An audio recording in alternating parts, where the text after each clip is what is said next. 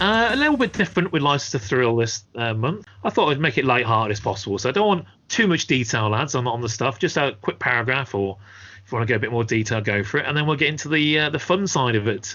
What I asked the lads to do was, using the SWCA and any other information I want to, have a look at what came out at Christmas. So we'll start with you, Mr. Preston. I asked you, well, you volunteered actually, to look at Lucasfilm Christmas cards. So what was kind of out there? That's it, Pete. Yeah, well, Lucasfilm issued Christmas cards right the way through from 77 through to... Actually, there was a break. 77 through to 86 they did cards, and then they picked up again in 94. I think they've done Christmas cards ever since, but we are the Vintage Rebellion. Therefore, I will concentrate on the vintage cards. Good. Not going to go through all 67 or however many there are. Starting off in 1977, the first one, the 77 Christmas card, is the most curious one because there is nothing Christmassy about it. It's a generic card. It's a picture of the Hollywood Hills with the Hollywood sign and some palm trees and a blimp floating overhead with the word greetings on it, and a lovely orangey sunset in the background. Not very Christmassy, I don't think. Not very Star Wars, not very Lucasfilm. I don't know why they picked that one for the first card in 1977. But don't worry, Star Wars is coming. 78, they did 2 Christmas cards. Now, the 78 US Christmas card used artwork that was reused from elsewhere, and you've probably seen it. They did some Star Wars concerts in 78 with the orchestra, the Hollywood Bowl and places, and there was a poster for those concerts featuring R2 and 3PO with various instruments strapped around them. And that artwork by a guy called John Alvin, that was used for the American Christmas card. In the UK, they did a much nicer one. This was a Ralph McQuarrie artwork, R2-D2 and C-3PO outside a toy shop. R2's come out loaded with presents, and C-3PO's just sort of wandering past and looking on, letting R2 do all the heavy lifting work. We can't leave this alone. There's something about R2-D2. It's a little bit saucy.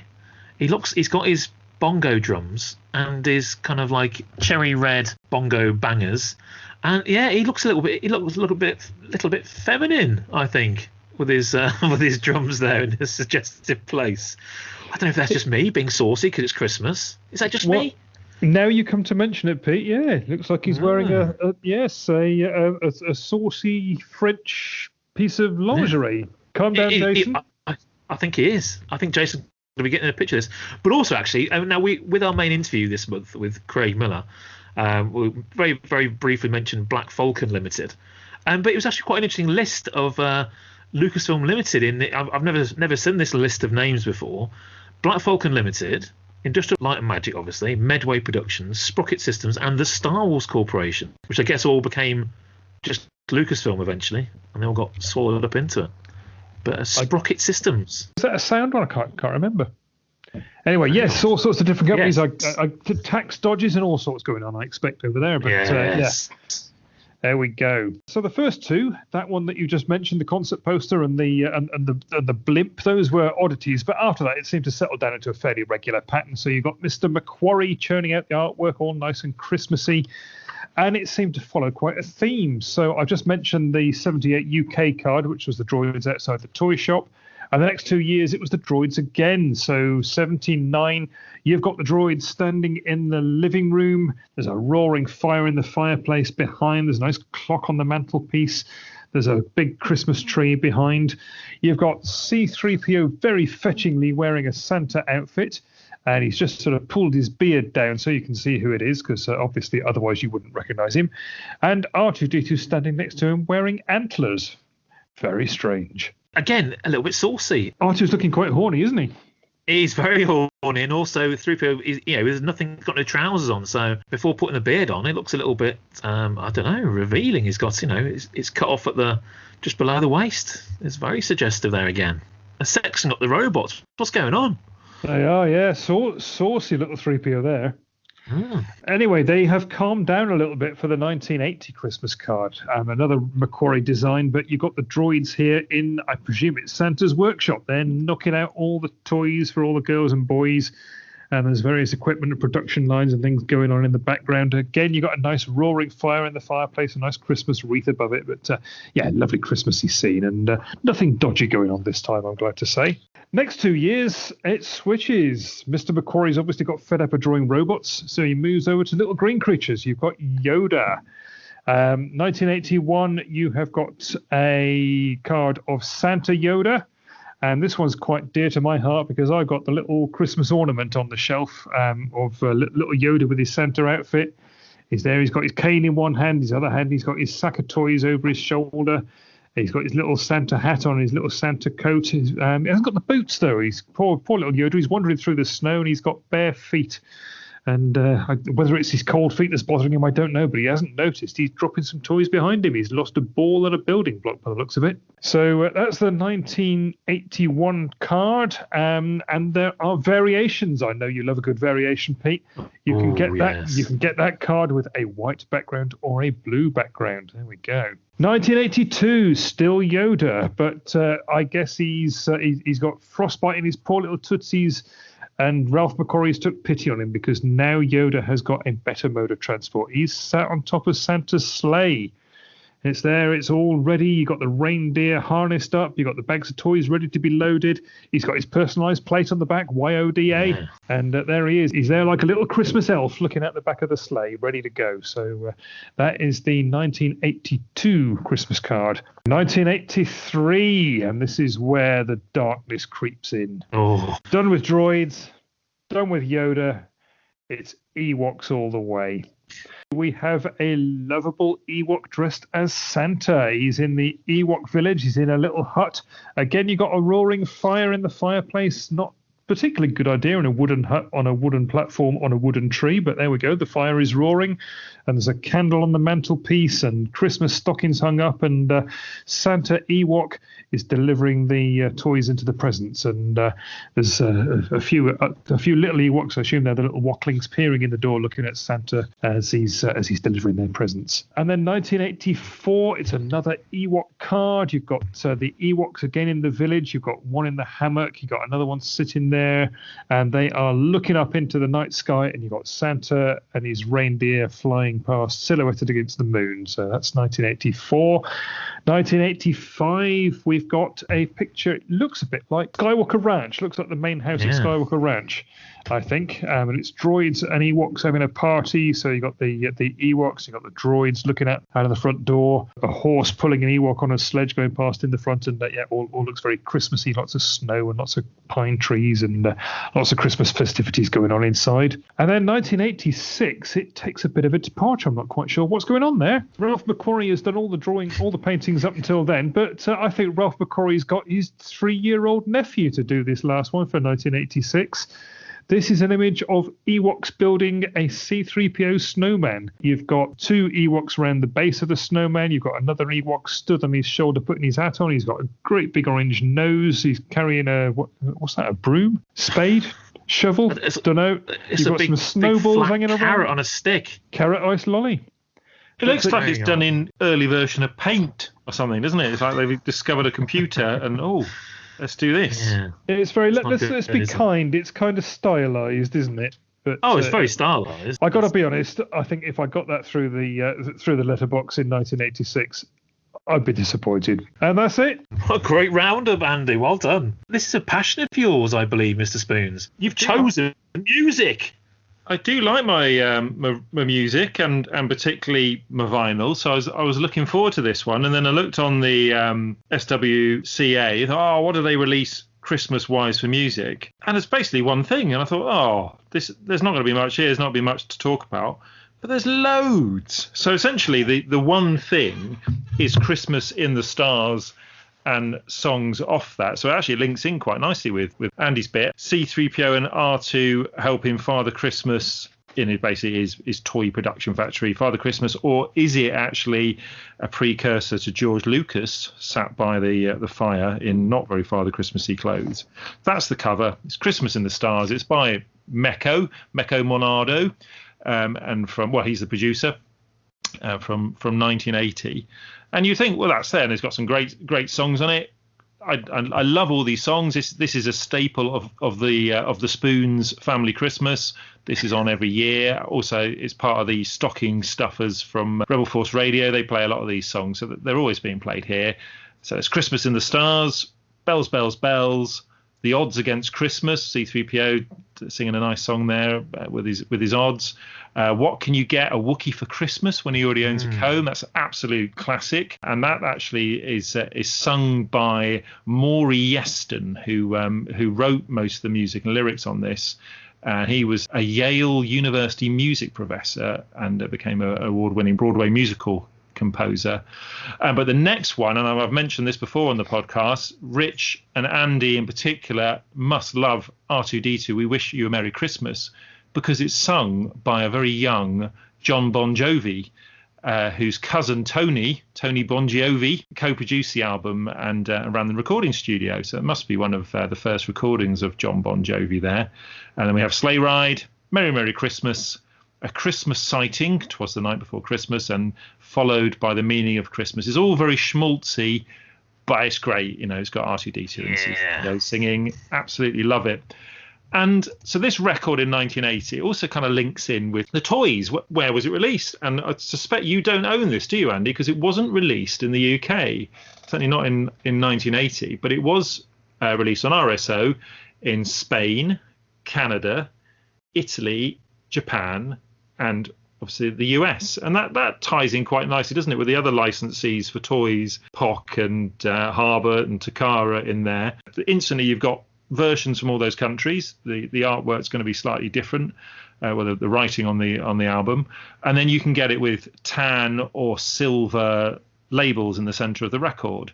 And did a look on Discogs and this to see whether there's much difference in price. Not a lot, really. Seems like the tan ones are marginally more expensive, and the guide price on Discogs is around £25 for an original version of these. But actually, looking on there, any for sale for under £75 were pretty tatty. So they look like a little bit more expensive, or certainly people are wanting more than Discogs are suggesting they sell for. The real rare one, and I've seen this with other music. I've got loads of cassettes left over from back in the day, and I was very surprised to find that my Bloody Valentine, which cost like £1.99 on cassette back at the time, it's worth about £40 now just on cassette. I don't think anyone wanted cassettes, but it's exactly the same with Christmas in the Stars. So the 1980 cassette, there's only one on Discogs at the moment, and that's for sale for $250. So if you're sitting on one of those, that's a nice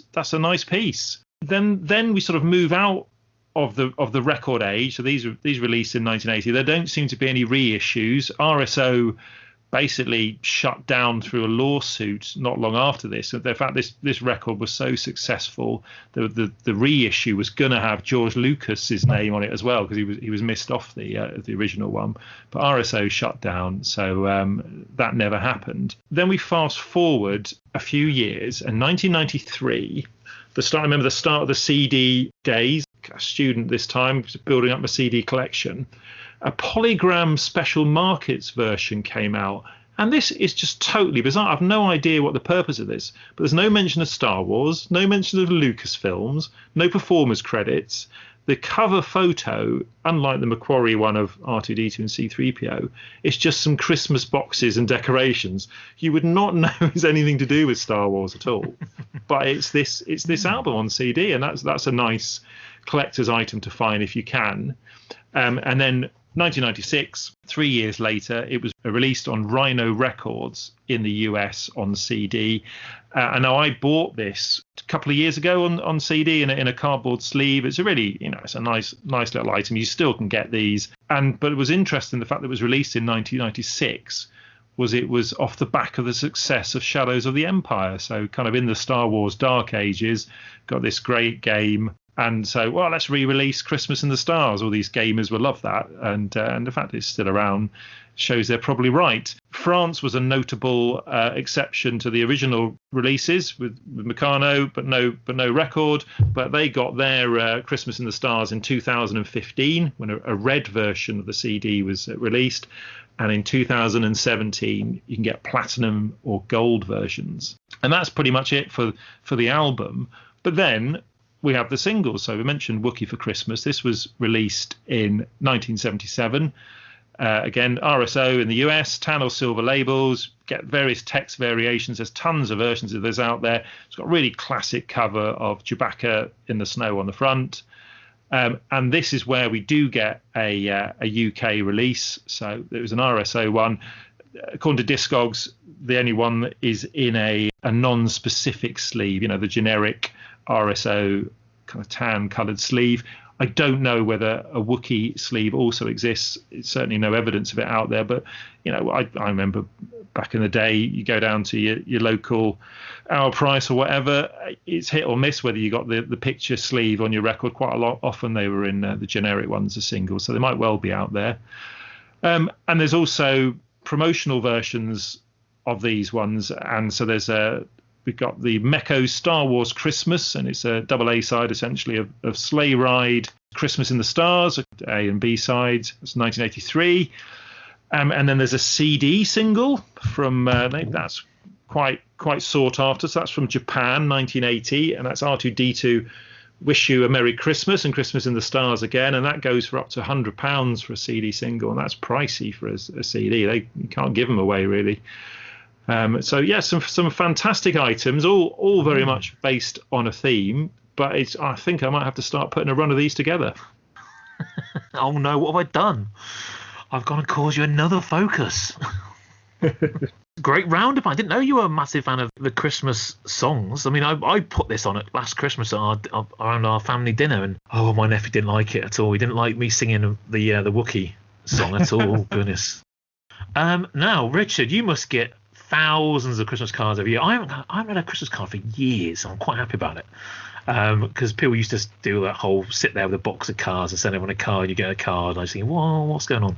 So, Rich, being a teacher, you must get loads of cards. So you were looking at other Christmas cards, and there's I was surprised at how many there actually were.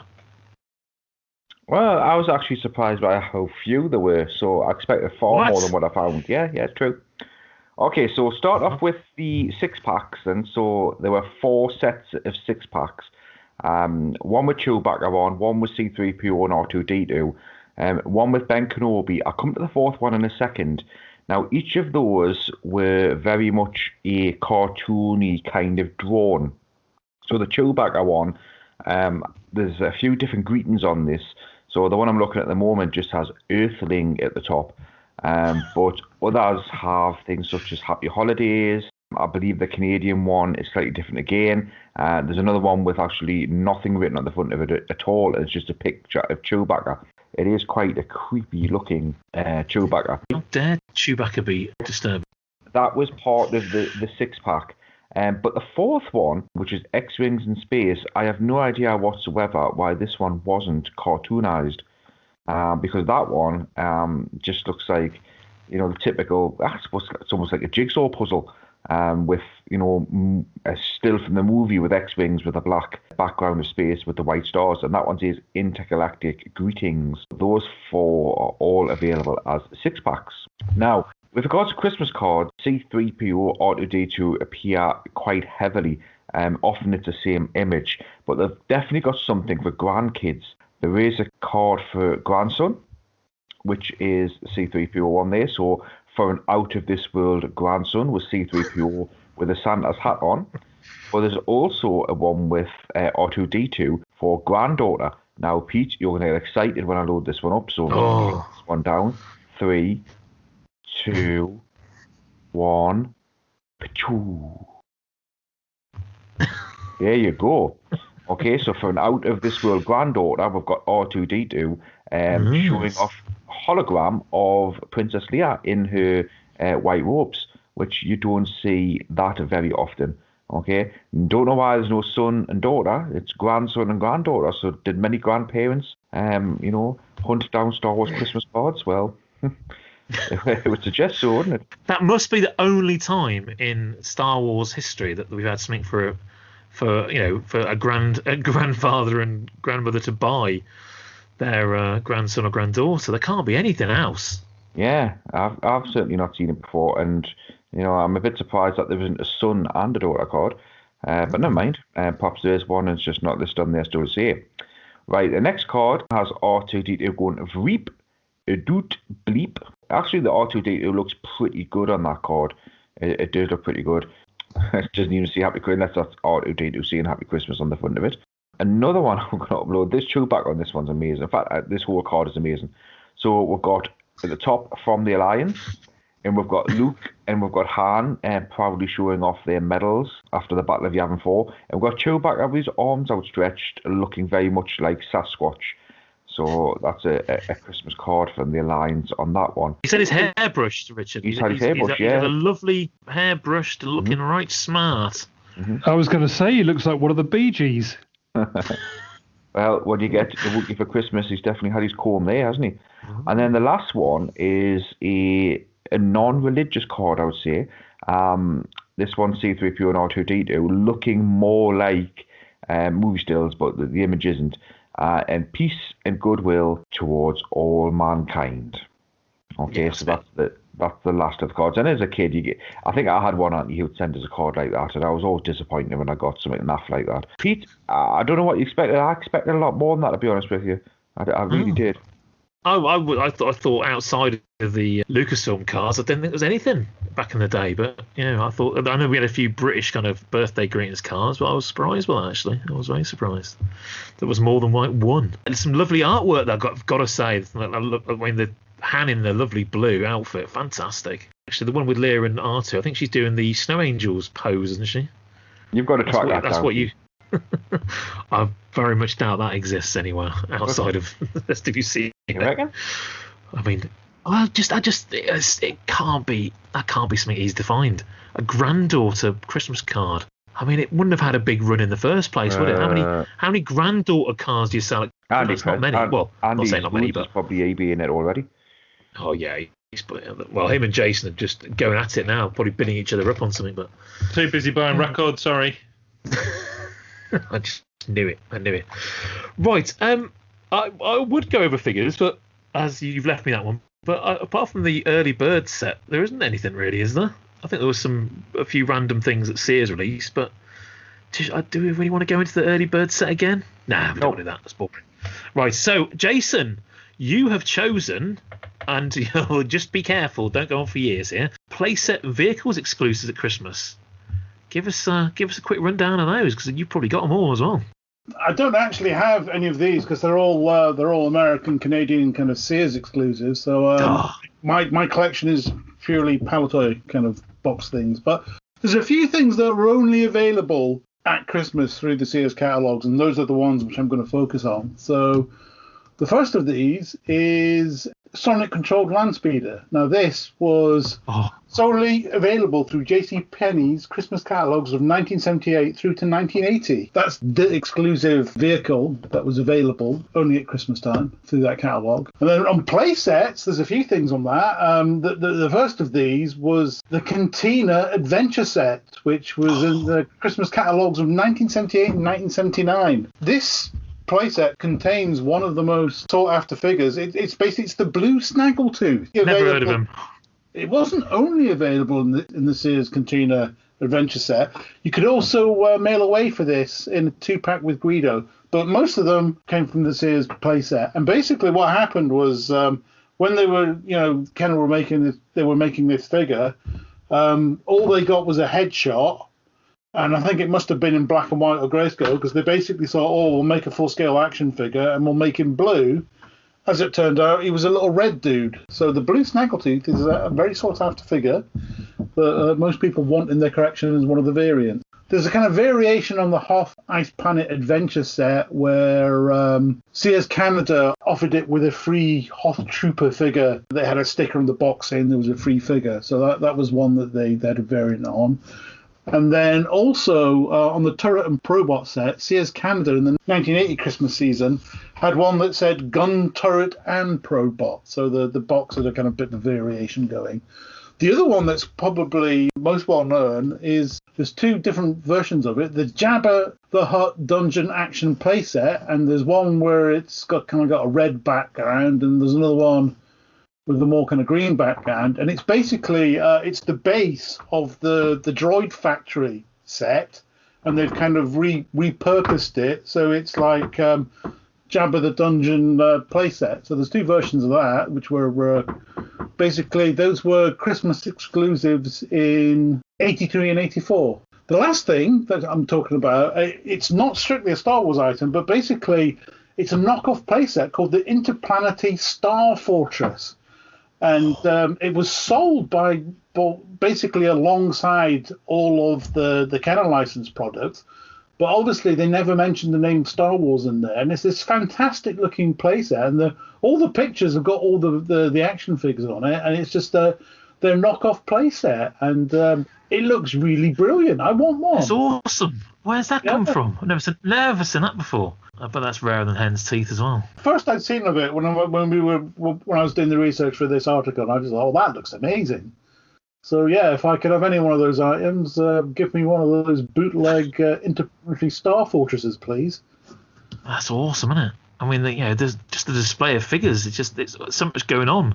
Not very Hothy though. Lots of Hoth figures being played on it, but not doing anything Hothy. But I've got to say, that is a quality set. Have you guys seen that before? Yeah, I've not seen that before either. That's crazy. How come you've been on the SWCA for so many years and never seen that? Is it on the SWCA or is it just in the Sears catalogue? No, it is. It's a whole page on it. It is. What a find. Yeah, it oozes cheapness, but it's a beautiful cheapness. Last month with Lee Gregory, it's very similar, isn't it? Folds into handy storage carrying case for minifigures, so you can whack your figures in there basically. So it all folds up into a box you can shove your figures in. That is outstanding. I think that's a good enough roundup of Christmas items. Let's move on to the fun part of this show.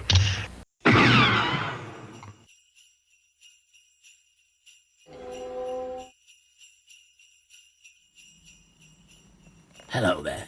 You may remember me from The Empire Strikes Back. Now, don't forget to hit subscribe and also click the bell for notifications.